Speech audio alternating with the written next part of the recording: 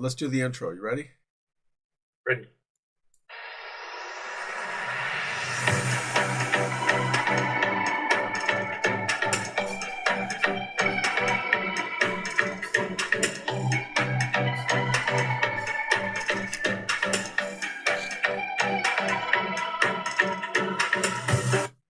And we're live. Welcome to the show.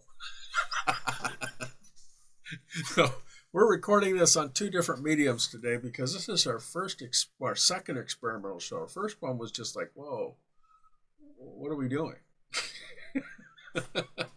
And so we're back again saying, whoa, what are we doing? So this is Reverend Rich and Reverend Paul. We're religious scientist reverends. And what does that mean? Go ahead, Paul. What does that mean? That we are able to use our consciousness to change and affect the way we live. What does that exactly mean? Would affect the way we live? I just Well, every thought and every feeling that you have go into this infinite mind, which always says yes. It's only affirmative. So it's always affirming whatever we're thinking and feeling into it, whether it's conscious or not. So if I want a cheeseburger, will it manifest in front of me? What are your thoughts? No, but if you wake up saying, "Oh, this is a miserable day," you're going to see a miserable day. If you wake up and say, "Oh, this is a glorious day," you're going to see a glorious day. All right. But we have to have what's called a mental equivalent to make that happen, correct? And that's where the thought and the feeling comes in. If I can feel and think that if it's raining out, some people might say, "Oh, it's terrible, it's raining out." Well, their whole day is now masked with that feeling and that declaration into the law. But if I were to wake up and it was raining out, and I would say, "This is wonderful, we need the rain, everything's going to grow well," well, that energy is now in me, and I'm starting my day with that. Sounds pretty cool to me. What? Yes, how you believe and how you think. That's true. I believe I want a cheeseburger in the morning sometimes, but you actually have to get up and go get one in this physical form to do that. Mentally, you can have that mental equivalent that you're eating one. Or if you wake up thinking you want a cheeseburger, you're going to find out later in the day there's going to come an opportunity for you to be in front of a cheeseburger place. That'll work. Well, we've actually started this channel together because there was something that we thought it was lacking inside of our philosophy, and that was just having that discussion. You always go to the pulpit and go to church, and they tell you what you might want to think today. At least in our philosophy, they offer it to you. Others might say, you will do this, or you will go to some evil place or some crazy place that you don't want to be at. In our philosophy, we don't really do that. We just, what do you thought? What are your thoughts on that? Well, our philosophy doesn't tell you what to think, it tells you how to think affirmatively, how to think in a way which you can then manifest what you're feeling. That's a good thing. The manifestation itself is they always talk about that secret, the secret. Oh, and with with the secret, you're always like, oh, okay, oh, if I just put it out in the ether, it's going to manifest and it's going to be fine.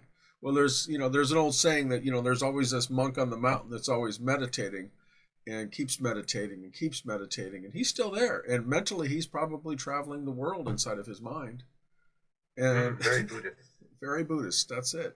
Nothing wrong with Buddhist folks. We believe in all philosophies. You name it, we probably incorporate it in science of mind. Now, science of mind is an encompassment of all sorts of different religious philosophies that's been around since the dawn of time. I mean, even going back to Babylonian times and before, and has Jesus, and a lot of people like to think it's a Christian philosophy. What are your thoughts, Paul?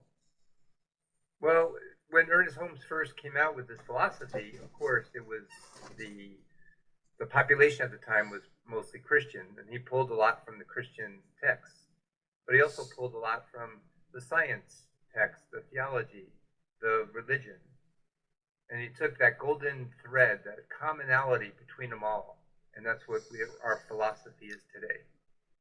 Well, what is the thing always comes up is, well, there was a thing that was interesting is everybody sits there and says, I'm praying to God. I'm praying to this. I'm praying to God. Well, if you go into the Christian Bible, even other Bibles, Indian philosophies and things like that, there are lots of gods. But what God or God or goddess do we actually pray to in Science of Mind, or is there a God in Science of Mind? What are your Well, you're thoughts? not praying to anything. You're acknowledging your oneness with the universe. And through that oneness, through that acknowledgement, things happen. That works. Yeah. Yeah, folks, I'm just asking questions and stuff that would normally, I mean, when I first came in this philosophy, I was like, I have this question, I have that question. And a lot of times I got good answers, and sometimes I got the half answers, and then I started probing more, and I'm the irritated kid. In class, I want to answer. I want to know. I want to know. Or yeah, how many? Those of you that have kids, remember this? Why? Why?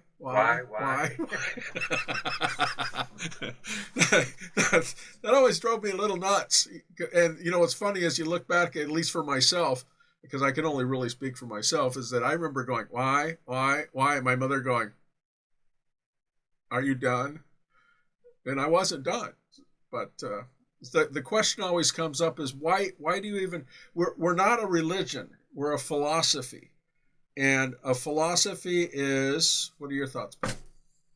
Well, our philosophy is based on the pre-Socratics, way before the Greek philosophers. And if you notice through all the religious spiritual leaders through time, like our master teacher Jesus, he pulled in those Socratic philosophies and made it simpler for people to understand. So Christianity didn't just start, it was built upon by the great minds before them. Right. And I think I mentioned Babylonia. For those of you who are interested, look up Gilgamesh. This is, pre-Jesus, a lot of these things. And they're finding out something interesting that I read just the other day. For those, they did what's called LIDAR, which we believe in science and stuff, where they actually X-rayed the pyramids below it, and they found out 600 meters below. Yeah, that thing's an obelisk. It goes up down about 600 meters below it. So you never really know. You can always see what's on the surface, but you never know what's below. That's the old iceberg thing. There's a little tip of the iceberg, but there's that big old rock underneath. You never know what's there. And that's like individual people. I mean, each of us, each person in this world has their own way of looking at things. They have their own, this is what I'm showing you at the tip of the iceberg. This is what I'm showing you at the tip of the pyramid. But each person in their own right has their own way and thought process that they've, either genetically got, they got for learning things from their family or their peer group or whoever they're around, or what they read and they absorbed in themselves, and what they've actually practiced they found that works. I mean, in our philosophy, that we look at the individual, we're individualized expressions of God. We're sort of part of the whole thing of the soup of the universe. But what does that mean to you? That's it. Exactly. What does it mean as an individual? I mean, that's something that you have to ask yourself. I mean, those of you are. And go ahead, Paul. Oh, and yes, we have these learned behaviors, these learned thoughts, this learned knowledge. But at the very core of each person, there's an innate knowledge that we need to tap into. That when we tap into it, when we know the greaterness of who we are, regardless of our circumstances then change. Change to what? Change into whatever we're thinking and feeling. If I acknowledge it's a bad day and then I go back and I sit in meditation, I become that oneness with that all-encompassing spirit, if you will. Then my mind changes, my thoughts change, my circumstances change. I'm less stressed, I'm more centered, I'm more focused. One of the things that you need to understand that a lot of people don't understand. I'm a programmer by trade, so the something that you should look at for yourself is that the dictionary defines certain types of things in our language.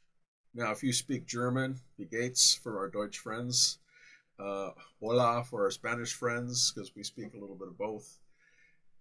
You have different definitions for different words, and those words mean the same thing in different languages, or do they? Because if you look at the context of language, it's individualized for that specific country, and then even before that, it breaks down to the dialects. If you look at Spanish, and I'm going to a point here, if you look at Spanish, and you're in, say, Mexico or different parts of South America, it's different than Spain. ¿Qué tal? ¿Qué tal is used in Spain, but it's not used in Mexico as much. But it's known. Different dialects. Now, why am I bringing this up? Is that you have in your language, you may say something to somebody and it means something to you, but it may not mean that same thing to that other person. That's that communication part. And that communication. Correct. Go ahead. Like the word God. What does that mean? Individually, it was a trigger for me growing up because I grew up Catholic. God was this fearing being, this old man in the sky. So now my idea of God is all-encompassing spirit, energy, first cause. But yet we talk to somebody, let's say in the Catholic background, and you mention the word God, it's a very different concept to them than it is to what I found. It is. It is. And if you talk to people brought up in the nature religions, I won't get specific. The Wiccan, yeah. Yeah, Wiccan and things of that nature. They believe in the goddess or they believe in the green man, depending on what philosophy that they're actually in. Again, science of mind. We believe in all religions and all the goodness of the religions, all the good stuff that comes in there. So we can bring and talk about this and have this discussion. You have people that come to church or to the centers and have fellowship with other people, and a lot of them are different philosophies and religions, just trying to figure out what the heck is going on in this life, this thing we call life. So Rich, here's a question for you. Go for it. So you're a programmer, correct? Right. Yeah. So can you tell me what an algorithm is? Well, an algorithm is basically a mathematical formula that seems to make things easier. That's the English version. They actually have data sets in all sorts of different ways of programming things that they found that actually made things easier to automate. So an algorithm is just basically a mathematical formula that they found that works. Data structures and algorithms is actually a class that they actually teach in the college level. At least I hope they do. I mean, I took computer science, not the business side of it, which is spreadsheets and stuff like that. Nothing wrong with that, folks. I mean, we need it. But the other part of it is you study the data structures inside of it. And those data structures, you have algorithms which speed things up that they found that work. So in science of mind, I think what you're going to get your point to is that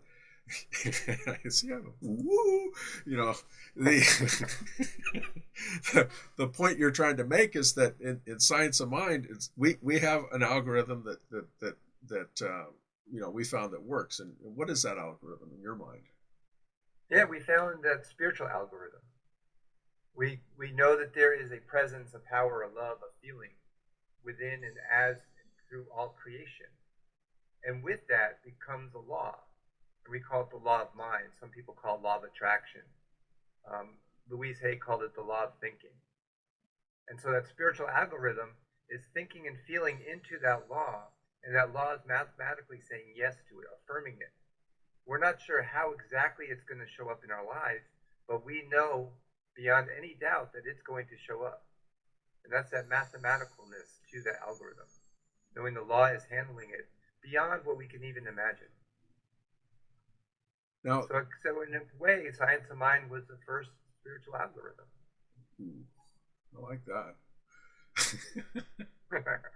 Well, I went to Christian school when I was growing up, and I always thought that I was going to hell every single day of the week. And that was my interpretation of that at that time as a young child, because I can only speak for me on that. You may have a different one depending on your take of it. There's Lutheran, there's all these other Baptists and all these other different types of sects if you will, of religion. In the Christianity, there's all different types of sects inside of Judaism, and all different types of sects inside of basically every philosophy that's out there. Shinto. Uh, you look at that, and that algorithm, the science of mind has taken all those algorithms together and found out what works. At least, what we found that works. But it's based on the individual. It's based on your belief and what you put into it. And you can almost say it's a mathematical, because we know that when we pray and we feel and think into it with a knowingness that is not, there's no doubt whatsoever in that knowingness, that we know this is going to happen. And does it? And our philosophy is based on that one mind, that there is that one consciousness throughout all the universe. We are in that consciousness.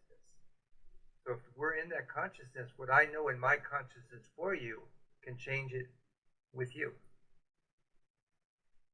Speaking of change, let's try changing this. That looks too small, doesn't it? That looks perfect. Okay, good. I can see me.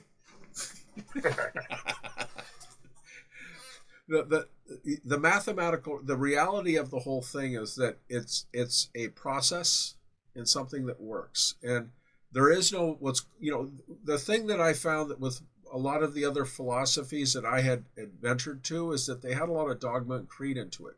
And it wasn't necessarily put in by the original founders of that specific philosophy. There's something called the Schofield Bible, which focuses more on Judaism and the use in Christianity. There's the Naked Bible, which pulls out basically all of that stuff. And it's, by the way, look inside the show notes and you'll see a link to that. The Naked Bible itself doesn't have all that dogma and creed to it. It actually whittles it down, and it is written by a person that I believe he works in the Vatican or used to work in the Vatican. He's a brilliant guy. He has his own videos and things like that, but it's something you should look at. And it all the different types of philosophies, some of them have more dogma and creed into it. Now, what are your thoughts on that, Paul? Well, our philosophy doesn't have a dogma. We have principles that we live by. And remember, dogma is a set of rules that you cannot doubt, you cannot question. Even if you have questions about them, it's not allowed in those religions. Yeah. Like growing up Catholic, we had our dogma, and that did not waver. Even if you had doubts with it, you could not express those doubts. Did you go to Catholic school? Yes, born and raised. Did you get the ruler with the nuns? I did, the back of the neck with the little metal edge. Oh, the joy! Yeah, they to be fair, that they meant well. But and quite frankly, it's it is a motivation tool that probably helped you study a lot better. But it wasn't fun, I imagine. And they got their frustrations out that way. It's a possibility, You can't speak for them, but you can think what well, I think that. That's always funny, is that when we're in a setting, you always have to look at coming from a place of I. What do you think? A place of what? Place of I. I think that, and in my opinion, a lot of times. Well, the greatest, most powerful affirmation is I am. Whatever we follow that I am with is activating that law we talked about earlier, and the law is saying yes to it. The law always says yes. I am tired. I'm feeling blah, blah, blah. The law is saying yes. Here's more of that to feel. If I'm feeling happy and energized, the law is saying yes. Here's more of that to feel. And remember, our philosophy, you mentioned The Secret before, which is like a candy machine for spirit. But our philosophy doesn't offer something for nothing. And that something is we need to go into our spiritual treasure chest, I call it. Our meditations, our affirmations, thinking more clearly, taking the negative words out of our thoughts. And that's what triggers our growth, our change in who we are. So if you do this, I even had two friends, and I offered them, I said, if you do this for 2 weeks, a lot of affirmations, meditations, your life will change. 2 weeks later, I went back to my friends, and one friend said, oh my God, this is amazing. I'm more centered, I'm more focused, things are coming to me easily. The other friend's like, oh, it's not working. I didn't really do it that much. I did it once in the morning, and then I went into my negative thoughts, so it's not working for me. Well, it wasn't not working for him. He was not working for it. It's like working out your, when you work out and stuff. I mean, I don't know how many of you do weight training out there. I mean, I do. I go and work out with the weights, and what I find is that with the weights themselves is if you don't push it and do it all the time, you don't get that result. You don't get those muscles you want. You don't get the flat abs or take a hit from somebody, and that's a whole different story. So. But the point is that if you don't use the tools, you don't have the tool. If you don't use the tools, you're not applying the tools. You're not applying what's called the law inside of the philosophy. And here's something that's important about that is that when you release something to God, when you release it to the universal all or Yahweh or the soup of the universe or whatever you want to call it, when you release it, you don't go back to it, but something else may show up that may have been, okay, I wasn't really clear on that part, and then you do another prayer on that part there, and then you release it into the law. What are your thoughts on that? Well, it came up in my thoughts when you were saying that, the book Illusions by Richard Bach. Okay. It was back in the 70s, I believe. And in the book, and we can even do it here, he asked the person to think of a blue feather. And not just think about it, but feel what it would feel like and imagine what it is in your life. And just really feel it and know it and let it go. And then later in the day, guaranteed, you will find a blue feather somewhere. In the book, the person thought he'd find a blue feather floating, but he turned a milk carton and there was a blue feather on the bottom. That's the universe working through us, as us. Well, that is something interesting, and I invite our audience to check it out. You can also, if you find that blue feather or you find something that you actually manifested in your mind, you can always put it in the chat at Prayers Radio, and you can always tell us about it. And if you have a real good experience, one of the things that we're planning on doing with this channel is interviewing other reverends and other what are called practitioners. And in religious science, we have what's called practitioners. And what do practitioners do is the big thing. What are your thoughts on that? Well, a practitioner is one that knows that oneness within everything. Whether you're licensed or not, if you know that oneness for yourself and somebody else, you're a practitioner. Exactly. You don't have to have a license to do prayer in this philosophy, but it is nice to know that somebody else can hold that consciousness for you when you're actually doing it and knowing that your perfection is being manifested. Yeah, I like to tell my clients that I can hold it for you until you can know it for yourself. So they may not be able to know it for themselves, but they know that I know it, which gives them credence then to finally know it for themselves. That's awesome. And so in closing, we're on prayersradio.com. I'm Reverend Rich Jarvis, and you are? Reverend Paul Ski. And we are going to be trying to do this at least once a week, and we're going to have a conversation on it. We'll be interviewing. Okay, Rich, I got to stop you there. Sorry. That word try. We're not going to try. We're knowing, we're letting, we're available for this. See? Try, there's always a part where there's something that's missing. There's something that you're negating. Now, there's something called the devil's advocate, and you'll see me actually making these mistakes on purpose or not, depending on how we look at it. But the fun part about it is that if we don't try these things or don't put these things out for ourselves, then we don't have the opportunity to grow or at least try to correct ourselves in a better way. And in Science of Mind, we have something that's called open at the top. You got a better idea, hey, we'll probably use it if it works. And usually if it does work, it works based on the person and the individual. So that being said, is there anything else that we have for today? Remember when you brought up the mistake, we as religious scientists, there is no sin, but just a mistake, and there's an opportunity to redo. So we're always at choice. We're always at choice to do something greater, something more inwardly fulfilling than what's before us.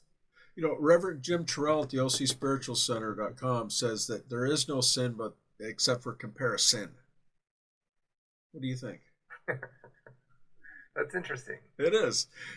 He said, he brought that up, and I went, I'm going to take that. He says, so you can take it, but just quote me. And I say, okay, I'll quote you on it. Yeah, so when we use words that are negative, we're just missing the mark. So we get to try again. And that trying again is knowing a greaterness. So I'm not going to try to do something, I'm already knowing it. Exactly. To try, if you go biblically, to try, God never said, on the third day, I'm going to try to make it light. He said, I'm letting it. So once we let things happen through us, knowing that that power for good is greater than we are, and that we're always using it, things happen. That's a good thing. Yeah, it's a very good thing. Well, I'm Reverend Rich, and you're Reverend Paul. So we're going to sign off, and then you'll see us next time. Okay. Thank you. Bye.